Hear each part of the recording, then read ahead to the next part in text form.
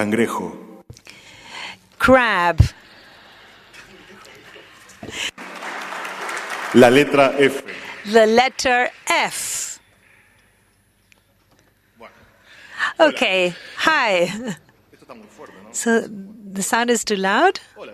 Okay, I'm Drummerhead. I'm going to speak about modular front end. Now, why am I here speaking about this? I think that in Latin America, that looks great. Okay, let's check this. Okay.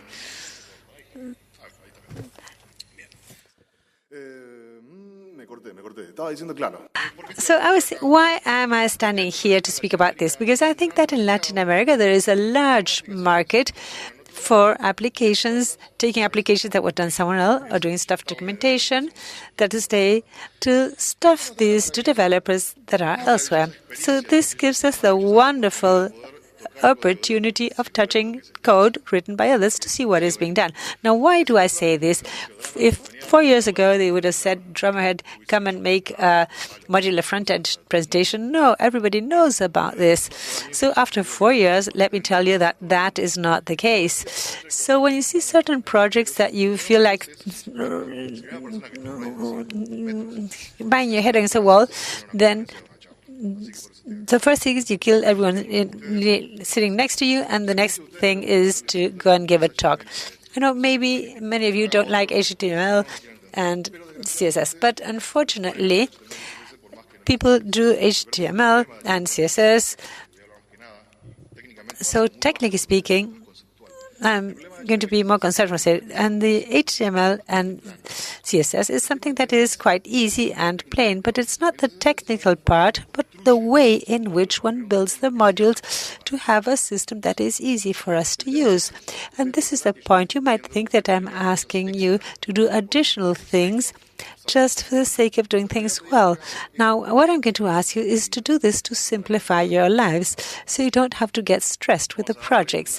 Now, let us take you to the past. Let me take you to the past. So before we started having the wide array of titles, everything was web design.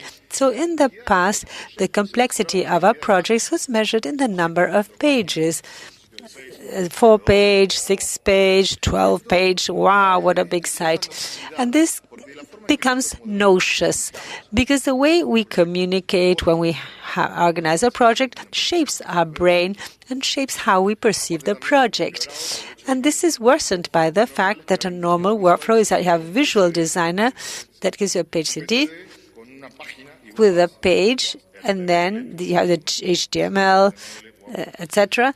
And the page is ready. Now, the point is that we have to think in modular way and not in terms of pages. Well, you can say, well, you have the page and that's it. There's URL, which is dash about. So that is a direct representation about the architecture of our site. But let's see what we have in the About page. In Rails, you have the application layer, which is made up of modules. And then you have a module, which can be a module for lots of text. You can put the entry or an article. So maybe you never use that module ever again. Maybe tomorrow they come and ask you, said, well, we have to prepare a blog for the company. And the typical blog, which makes for a post and nobody else touches it ever again.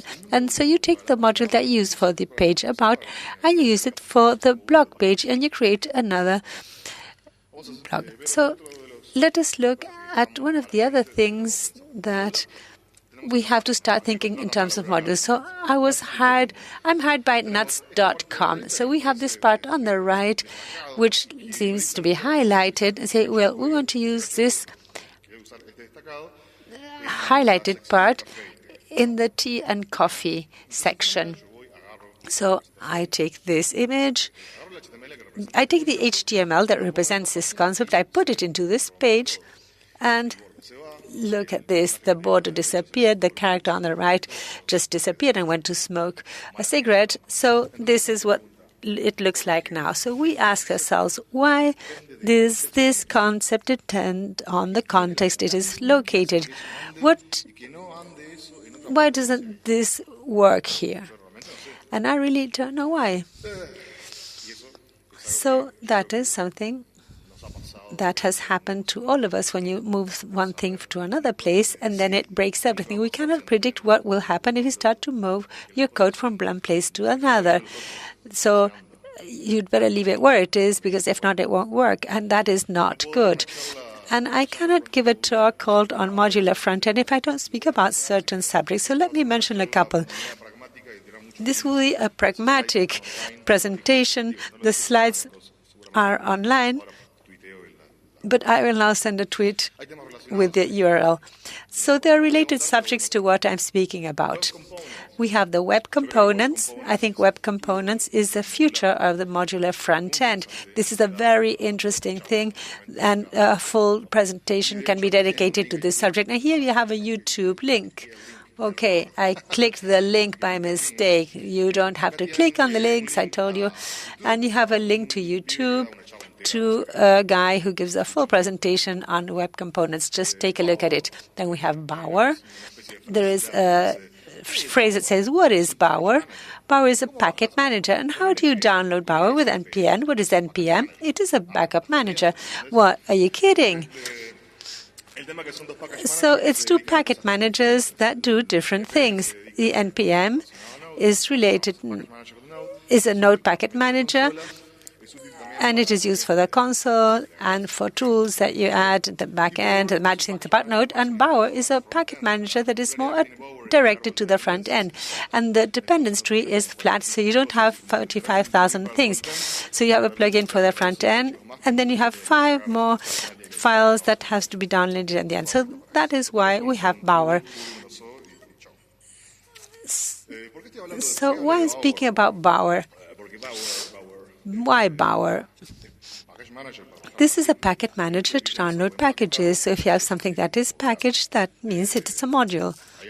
There's a thing that is the architect of the Postman JavaScript architecture. And this is thinking about everything. You have jQuery. You have to think that everything is a jQuery, like a jQuery plugin. So you're even trying to modularize things, even if you don't know it.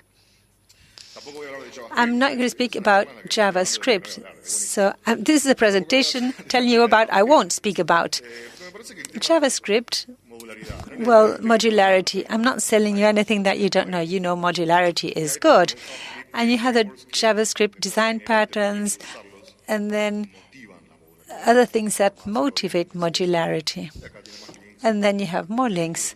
This is a great book. It is online. You can read it free, or you can give money to these guys, which is also very positive. And before looking at the code, I want to go through the design process, because this starts in your mind and how you view things.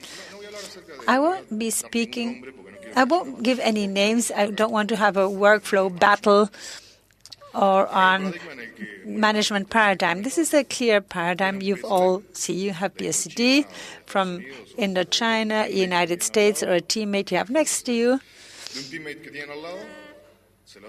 And you get this, the front-end developer gets this, it does HTML, and they do something magic, and you click on the buttons and it works. Then you have another workflow where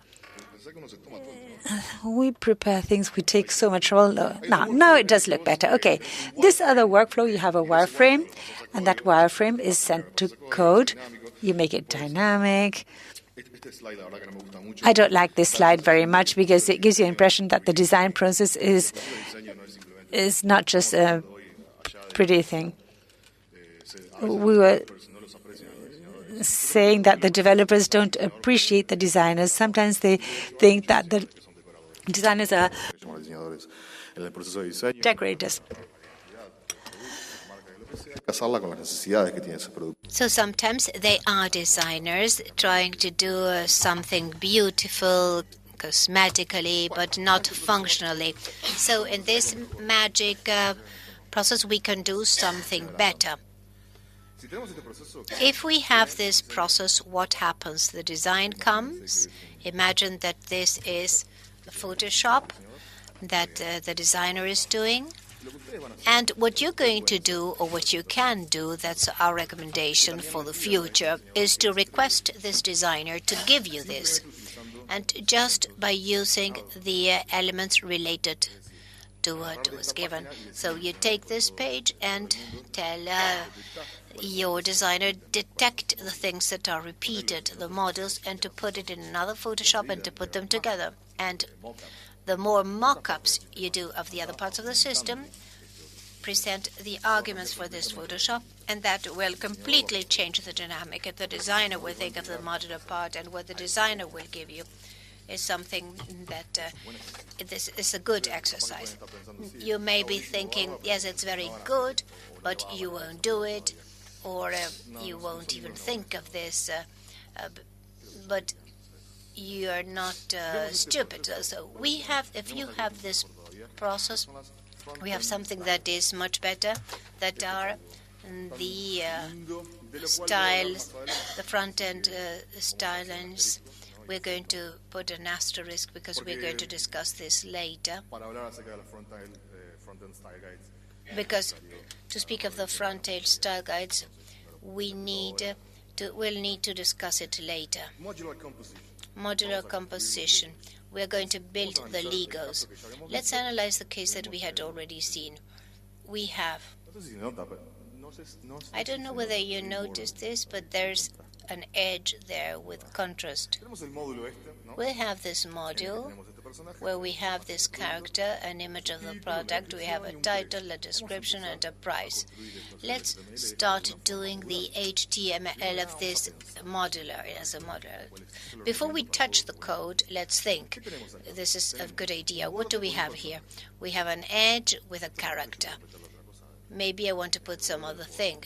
I can use this with a full photograph. It's a model.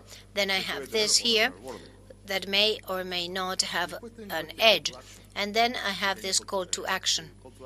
The call to action is an action that leads you to do something. This call to action, I may have a thumb list, and I may also want this this call for action. So the HTML related to this would be a div class, character highlight, a figure with a offer class, and in this div I can put anything inside. This element with a class offer may not have a character highlight. Those are two different things. We have all the structure. Here we have the inline CTA that is not dependent on the context. And the CSS, you don't put anything, and just out of magic, you don't have anything because you want to show the selectors. The selectors, when you work in modular form, are quite flat. They don't have much nesting, or rather, or highlight, but highlight, offer A, offer M, inline CTA are just a couple of steps. Well, I hope all that was clear. My only tip, since we had a beautiful talk about SAS, my only tip is not to use nesting. CSS is not a programming language. Maybe you'd like to smack me and to say, yes, it is. What I find in my work is that your mind adopts a certain modality when you do certain tasks. It can happen to you if you are programming in C. You don't think the same as if you are programming in JavaScript. There's a shift in your head. When you do CSS, you need to have a mode in your mind. SAS has the peculiarity that it gives you variables. It gives you mixes that look very much like a function. It gives you things that give you the flavor of programming. And if you do SAS thinking of programming, you're going to use good practices of the programmers, activities that are harmful, and combined with SAS, just things that are a disaster. The only tip about SAS is don't use nesting of any kind, because here we have a person very happily using SAS and thinking with that paradigm of a page. The page of about, I'm going to scope all this because I don't miss any variables. I put the H1 inside, that has a span. I have the form contact, the form group. The form group has an input inside, so I put it inside because it's inside. And then from far away, they say, well, and these dialers and the contact. So I put about contact us, I expand the selector, and everything's ready. There's a concept in programming that is called smell. Cold smell, it's like in Spanish, it's like cold cold stinks. It's in humans. We are, the humans evolved to smell what is rotten. And if something is rotten, you won't eat it and you won't use it as a decoration at home. The problem is that if a company comes and injects preservatives and it no longer stinks, then you may eat it and it will make you sick. The cold smell is when you see code, you don't even start to think of it, and you notice that something is wrong. This, that you use it as a programmer and you say, oh, it's like a YAML, it's beautiful. And then this, maybe you're not used to this, but this is not good. It is a very specific. My recommendation, if you want to use SAS, is not to use nesting. But you say, well, but if I have to use a selector of 3 and the feature is there, I'm going to use it because I get tired of having to write so much. Well, it's good if you are bored to write so much. Imagine if mankind had something hanging from our heads, and every time we do something stupid, then it hurts, and you do like this, and that reminds you, when you feel that it hurts you, you remember that you were doing things that you shouldn't have done. So that's why I tell you, don't use nesting. These are my conclusions. CSS organization, order, orden e progreso. That's the Brazilian flag. Order and simplification. It's important to organize our CSS. Something important that Rails gives us with scaffolding. When you create a controller, it already spits a JavaScript and a style sheet. But I don't remember. You can tell it not to do that, because it's not good to generate styles. We have these subject areas. If it's a large project, it may be a file for each of these areas. And if it's relatively small, it can be blocks of comments defining each of the areas. Here there's one that's called Modular, and I'm speaking of the Modular front end. It may give you the feeling that you need to do things. In color scheme and variables, we are going to put variables, the scheme color. Don't do this. This is the same mistake that she made. Then color, scheme, and variables. You put all the variables that you're going to use. And then mixing, extends, and helpers. You're going to put everything you use to extend it. For instance, you have the clear fixed class, and the good thing is that you put a stand clear fix, and you don't have to do it manually. Personally, I don't like to use compass and all that. I do everything manually. I like to have control over what I do. So I do a very small mixing, and I use it very sporadically. Baseline. So, baseline. You have to use all the selectors in baseline, which are the ones for elements. We'll see which are our default A elements, H1, H2. So all those elements are the basic style.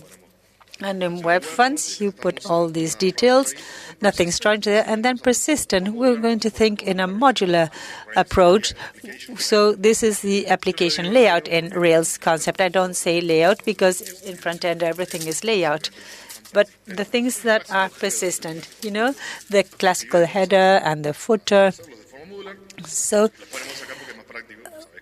this is more practical. If you want to modify the header, you go to persistent. And this is the modular. Here we're going to build our only bootstrap. So that is basically what modularity is about. We're going to build our own framework, even if we use bootstrap or any other, we can create the concepts that are specific for a site are included in Modular. Modular can be a file that has even more included. Specific page, everything is modular, very nice, but we have to be pragmatic. Sometimes you need to have a page that has a given style. That is quite normal in the marketing-related page. You have the overrides to another specific page. Now, with specific pages, now what happened here? Well, the thing is that you take a module for the specific page, thinking that you're going to use it for that page only, and then you stop to think, well, I'm doing this for this page here, but maybe I can use it somewhere else. Well, yes, I could. So you get it from there, you refactor it, and you take it to the modular. And sometimes you have features that identify that specific page. I have an each here because for each specific page, you have that comment. And then the media queries. Well, this is quite clear. So some people propose including the media declaration, the media statement, right after the element you're trying to affect. I'm quite understand that, but I don't like it very much. I prefer. This is how I do things. So I prefer to do them all together. And then the print, of course, everything that has to do with print. Very rarely in application do you worry much about how it's going to be printed, but just as a curiosity, in print, I sent it to be printed through Mozilla. I took out the headers, and then my CV is ready to be downloaded as PDF. So you're reusing the information. Now, front-end style guides. Now let us look at it for ourselves. Pattern library. In front-end style guides, this is like the documentation of our modules, following the structure that we gave to the application. Here we have the GitHub. Well, these things happen to you when you're in the middle of a presentation. It has lots of interesting content. This is a Salesforce. And thanks to this style guide, for us, it is far easier. Well, first of all, this is excellent documentation for anyone who comes after you or who is new to the project and has to work on the front end. They come here and they know which the modules are. And for us, it is an excellent exercise to do the style guide. So this is a good exercise because you get into that modular mindset. And it is very easy to refactor what you're doing. When you do the style guide, you realize things that are wrong. So it's a wonderful exercise. Well, we have this style guide here, but isn't this similar to Bootstrap and SERP? It's very similar to Bootstrap and SERP, which were born as a style guide. This is a screenshot of the SERP style guide originally. This company had the vision of preparing this style guide for all our customers when we started. And they decided to do it open source. And the same happened with Bootstrap.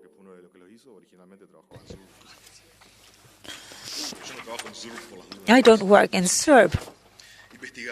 And then investigate and find the way that works for you. Many professionals are converging to the same conclusions. They tag a branding saying that I'm special. So they put atomic design or things like that. Those are just some concepts only with some names and some differences. But anyway, I recommend that you should read about this. I recommend you to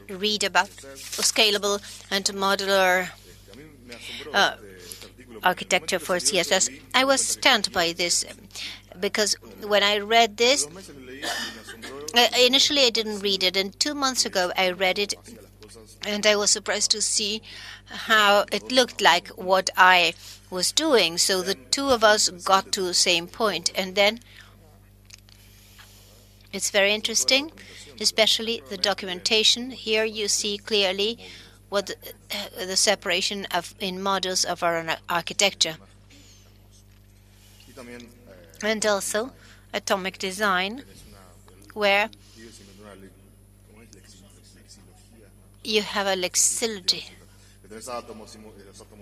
You have atoms, they form molecules, and those form organisms. It's very good to read it. There's a concept in English, maybe in Spanish you also have it, that is the elusive obvious. That sometimes there are things that are obvious, and if somebody comes and says, well, yes, indeed, he's not saying anything difficult, but until somebody comes and say it, you don't realize because you had never stopped to think of it. And I think that modularity is a phenomenon like that. It's like I'm not saying anything complex. It's very, very simple, but until you question it, you don't realize. So these are all the links. Here you have tips to do style guides. You have baselines of style guides. And then here you have share your knowledge. I developed this apprend.io. These are classes, tutorials in Spanish of HTML with code. If somebody comes and say, I want to learn programming, but I don't know English.